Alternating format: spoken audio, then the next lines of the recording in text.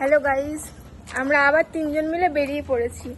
এখন আমরা যাচ্ছি ছটের কুলা কিনতে, কারণ এখন আমাদের কুলা কিনা কমপ্লিট হয়নি। আর ইনি এত সেজেছে মনে হচ্ছে এটা বিহা লেগেছে।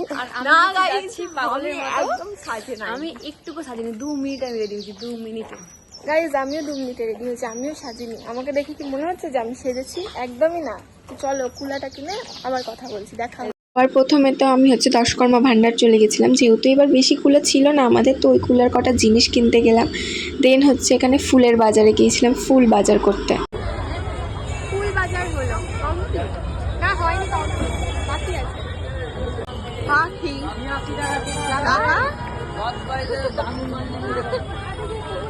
উল্টে পড়ে যাবো।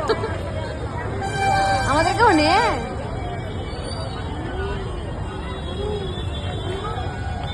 তারপর বাড়ি ফিরে মাকে সব বাজারগুলো বুঝিয়ে দিচ্ছিলাম আর বলছিলাম যে দেখো সব ঠিক আছে কিনা, কারণ আমি ছটের বাজার এই প্রথমবার করেছি, এবছর আমার করতে ইচ্ছে হলো তাই আর কি। তো মা এখানে বলছিল সব বাজার ঠিক আছে, আমি বেশ খুশি।